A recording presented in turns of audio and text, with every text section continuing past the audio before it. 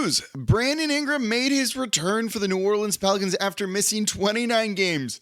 Bad news! The Pelicans had an absolutely disastrous third quarter in their loss to the Minnesota Timberwolves. Let's make sense of it all in today's episode of Locked On Pelicans. Let's go!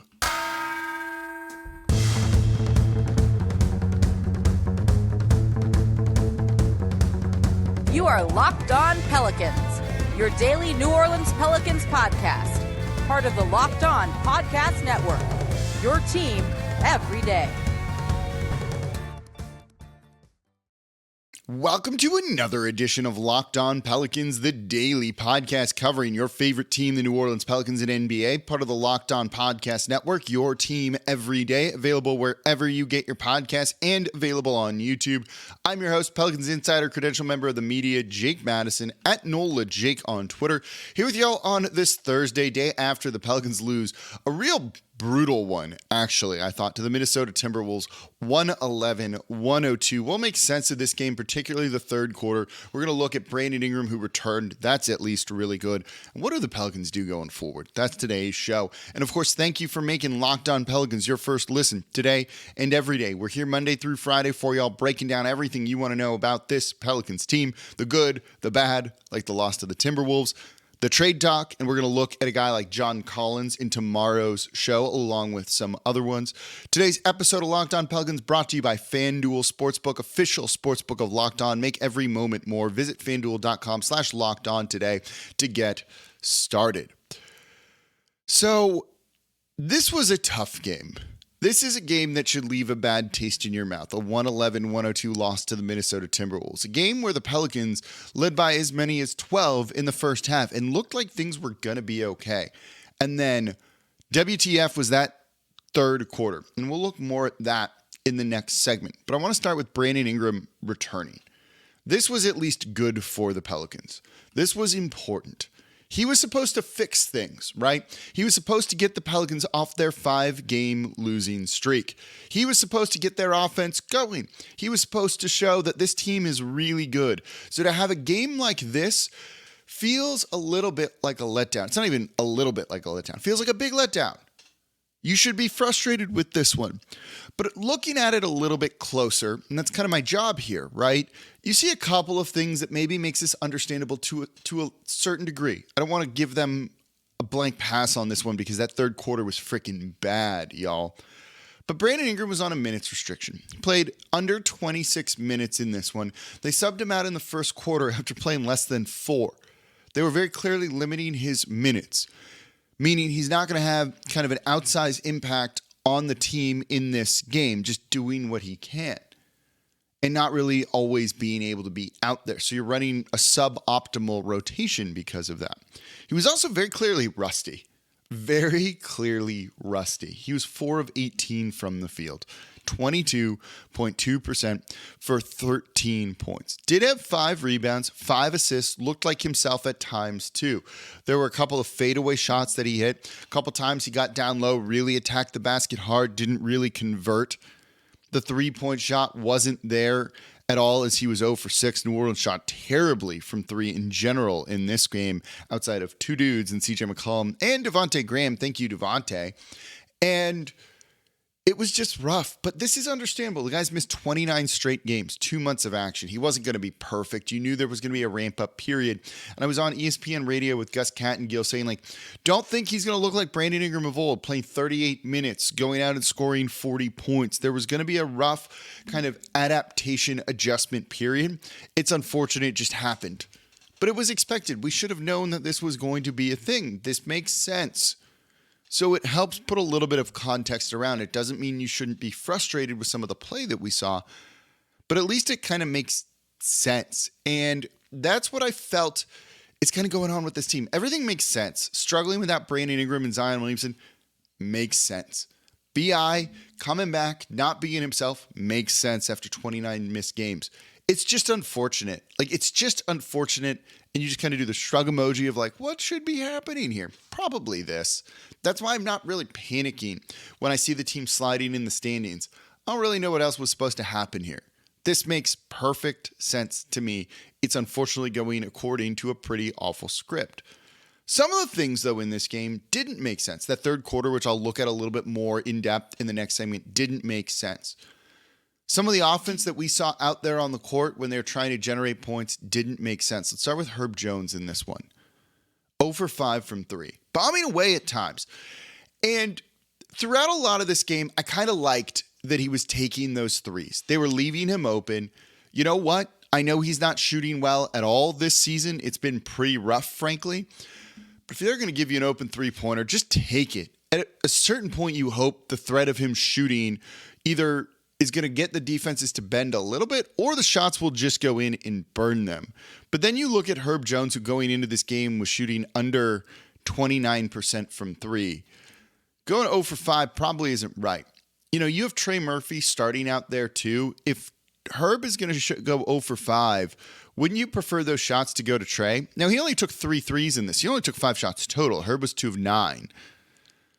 He probably needs to be taking those shots from Herb. Now, defenses aren't leaving him open like they're leaving Herb Jones, but you've got to find a way to make sure it's Trey Murphy or someone else getting those shots. I don't mind shooting more threes. New Orleans took 38 in this. They normally take around 30 per game. Shoot more threes. Your offense is bad. Just shoot more threes and see what happens, because you don't have it anywhere else. You also need to make sure it's somewhat the right guys shooting those threes. And right now, it's probably not Herb Jones. Credit to him for firing away. And if one goes in, maybe it creates a cascade and others go in too. And that could be good. But when you have Trey Murphy out there, let him get more than 5 shots. Let him get more than 5 shots. Try and find a way to have him moving to get a little bit open for a kick out 3 or a pass out 3 like you're doing with Herb Jones. You need to figure out a way to get your shooters more threes if you're going to try and shoot more threes. The Pels were 12 of 38. That's not going to get it done. It's a big part of why they lost in this game. And yeah, when you look at the third quarter, right, just nothing going on there at all. Let's look at that a little bit more, because that's where the Pelicans lost this game, getting outscored in that quarter 39-21. It's an 18-point differential. Feels like it should have been way more than that. Let's kind of break down what happened there, because that's where the Pelicans lost the game. Coming up here next in today's episode of Locked On Pelicans. Before we do that, though, today's episode of Locked On Pelicans is brought to you by FanDuel. The NFL playoffs are here. The NBA season is here. We're really excited about our new sports betting partner for Locked On, because they're the number one sports book in America, FanDuel. And if you're new to FanDuel, that's even better. They have so many great features that make betting on sports fun and easy. And new customers join today to get started with $150 in free bets guaranteed when you place your first $5 bet. Just sign up at FanDuel.com/lockedon. FanDuel has all your favorite bets, from the money line to the point spreads to player props. Plus, you can even combine your bets for a chance at a bigger payout with the same game parlay. Was sitting right behind a guy who had a 7-leg parlay. Almost got there. Would have paid out $300 off a $5 bet. It was close, too. Hit 6 of the 7 legs. That's awesome. Go make your money by knowing what's going on. He clearly had the right idea. You can do it all on an app that's safe, secure, and super easy to use. So football fans, NBA fans, don't miss out. Place your first $5 bet and get $150 in free bets, win or lose, at FanDuel.com/lockedon. Make every moment more with FanDuel, official sportsbook partner of the NFL. And thank you for making Locked On Pelicans your first listen today and every day. We're here Monday through Friday for y'all, breaking down everything you want to know about this Pelicans team. And guess what? We got a Locked On Saints podcast doing everything for the black and gold. So Sean Payton's maybe not getting another job now. Is that the kind of new thing? I heard there was a mystery secret team in there too. Ross Jackson, host of Locked On Saints, breaking it all down for you. Can we please get it resolved and get it resolved in the Saints' favor? Go check out Locked On Saints. Ross Jackson making sense of everything with Sean Payton. That should be your second listen. The Pelicans didn't like the second half of this game, falling to the Minnesota Timberwolves, again, 111-102. Where they lost this game after having a 12-point lead in the first half was the third quarter. That was an outright debacle, disaster for the Pelicans. It's tough to explain what happened. One of my pet peeves when I hear podcasters or people on Twitter go is, in a game like this, it's a really disappointing loss, right? This one took me a little bit to kind of plan out. I have my show notes. I outline my open, my first segment, my second segment, my third segment. And I'll hear a podcaster or someone else come on a show and go like, I don't even know where to start. Like, you're a professional. You should know where to start, right? That's why you have a show. So I had to take some time to really make sense of this game to not say that, because it really kind of felt like that, right? What the hell happened in the third quarter? 21 points for New Orleans, 39 for the Timberwolves.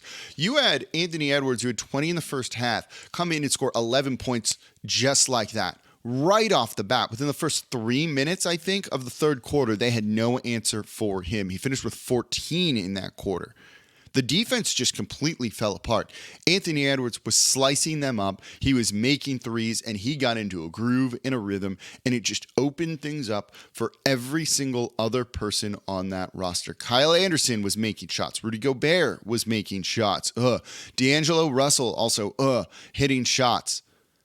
And New Orleans, on the flip side, had nothing. Brandon Ingram played 6 minutes in this quarter, 2 points. Trey Murphy got to the line, scored 2 points. Valanciunas, 2 points in 6 minutes. Herb Jones, nothing. CJ McCollum, 1 of 5 in the third quarter, 3 points. Najee, 2. Devontae Graham, the hero right there, 6 points. He was a perfect 4-4 on the night. He should shoot more. He should shoot more. Y'all know me, I'm not the biggest Devontae Graham fan, but I actually think he's been really good on defense recently, and he was really good again on defense in this game. Look, if you're not scoring anywhere else, he went 0 for 3 against the Denver Nuggets. Just shoot more. What do you got to lose, team? Give him the green light to go ahead. He was 4-4 in this game. Maybe that means something. Maybe you can get him going. Billy Hernangomez, 4 points, perfect 2 of 2. That's also good. But there was just not enough offense overall. And when you realize that's happening, why is Jose Alvarado not getting minutes? Jose Alvarado sparked you in that kind of comeback loss, unfortunately, against the Denver Nuggets. Play him more. This is a guy that's willing to attack and get downhill and try and do things. And then you have all these other passive jump shooters at times when they're not making their shots. I'm fine if your plan is to just take a ton of threes and bomb it away, but they weren't even doing really that. They took 19 shots in that period, 10 of them were threes, so it's a little over 50%. Just go all with it, man. If you're going to have a point where they had 9 points 3/4 of the way through the third quarter, do something else. Do something else. Make a change. This is why I find it a little bit ridiculous that Kira Lewis Jr. is in Canada with the Birmingham Squadron to get reps. G League reps, I talked about this on yesterday's show too. G League reps don't matter for an NBA player, which is probably what Kira Lewis Jr. is. It just doesn't matter. It's not actually good reps for him. He's better than all of those guys. He's faster than all of those guys. There's no rim protection there. I don't even need to look at his stats from this. I don't care what it was. He's better than that. That's not going to do him any good. You're a bad three-point shooting team right now. You've been a bad three-point shooting team. Maybe just put in dudes who, instead of shoot threes, attack the basket. But you can't even do that because he's not with the team. And then Dyson goes down in that Denver Nuggets game, and you don't have him here. You had 3 straight home games. Why is he not with the team? Just in case something happened. They were planning on getting Brandon Ingram back. They're planning on getting Najee Marshall back. That, gives your rotation a little bit of stability. Hindsight's a thing, and looking at it, don't look great, does it? I don't get that. It's not because they want, Masai Ujiri and the Toronto Raptors to look at him and be like, this dude's good. Ujiri's one of the better GMs in the league. If he's going to trade for someone because the guy's killing it in the G League, it's not going to happen. He doesn't value that. That's a bad thought. That's not why he's up there. They just want to give him some reps because they were going to just bury him on the bench during this. They had no intention of playing Kira at all. Otherwise, he would be with the team, and he probably would have gotten minutes these past 2 games. Minutes they maybe could have used because you have a lot of other guys that aren't getting it done, particularly in the third quarter where no one had anything. What are you going to do? Not score when Kyra's on the court? Okay, that's the same as what's happened here. And I don't actually think Kyra's that good or Kyra's the answer. But early Devontae Graham minutes, though, he was good in this game. I want to give him a lot of credit. He was actually really good in this game. But you get the idea, right? Early minutes for Billy Hernangomez probably aren't the answer in the third quarter. You got to do something different. And this team refuses to do that. The rotations at this point are a big question mark. It's clearly not working. You're on a 6-game losing streak and you're repeating the same mistakes over and over and over again. I was talking to someone about this today. You can make mistakes. You just learn from them and don't repeat the same mistake. Then they're not really mistakes. They're just learning experiences at that point. When you keep doing it over and over and over again, they're not learning experiences because you're not learning anything from it. They're just mistakes. The Pelicans need to figure this one out. You got a must-win game on Saturday against the Washington Wizards. I don't know if they're actually going to win that right now, based on what we've seen from them. Do something else. They're going to have a day off on Thursday. They're going to practice on Friday. We'll see, because this ain't it. I will say, there's one area I want to give Willie Green a ton of credit on. Let's look at that coming up here next in today's episode of Locked On Pelicans. And thank you for making Locked On Pelicans your first listen today and every day. We're here Monday through Friday for y'all, breaking down everything you want to know about this team, the good, the bad, the trade talk. We'll look at John Collins and more trade targets tomorrow because maybe the Pelicans need to do something, though I'm actually not the biggest believer in that. But we're still going to look at all the trade targets and people that they're linked to that would make sense for this team, and I do think John Collins is one of them. Now, for your second listen, go check out NBA Game to Game. I do a minute recap, a minute thing after every game during the week. And then all of our hosts do that. They get compiled into one show that's 15 minutes long. Gives you all the biggest stories around the association. Great way to recap everything that you need to know. That's NBA Game to Game on the Locked On NBA feed. You can also find me on Locked On NBA, our national show, on Wednesdays. So there was one, while I'm frustrated with Willie Green at times, I don't think the end of game plays have been great. I don't think the rotations have been good, and you've just got to do different things. Come on. There was one area where I was pretty happy with him in this game, and that was when he got tossed, got thrown out of the game after Jose Alvarado picked up a pretty BS tech after he was called for a foul where he shoved a guy, and he very clearly shoved the guy. He was frustrated with that, threw the ball on the ground, and they teed him up. You got to let these guys show emotions. It's a weak tech. Refs this year in the NBA have been bad. You got to let guys show emotion.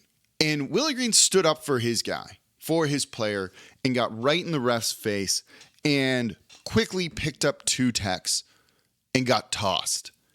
And it sparked something from New Orleans. Now, one of the funnier parts of this was Will Green said, and this, thank you, Mason Ginsberg of Boot Crew Media, caught it. And in Willie Green, who refuses to swear and is like the nicest dude in the world, instead of saying what it was, what it truly was, told the refs that call, that tech on Jose was, and I'll quote him on this because I can and I won't get in trouble, that's bullcrap. Said that's bull crap. Didn't call it bull, something else. Called it bull crap and got tossed 2 quick techs. And that was the right move. He doesn't do that enough, and you don't want to do that a lot. Look, he gets fined. It's easy for me to say, go get thrown out and get fined $25,000, $50,000 when I'm not the one paying the fine. Certainly, and please don't fine me that amount of money. But he needed to do something like this to just create some energy, to create a spark for this Pelicans team, and that did it. They started to play in the fourth quarter.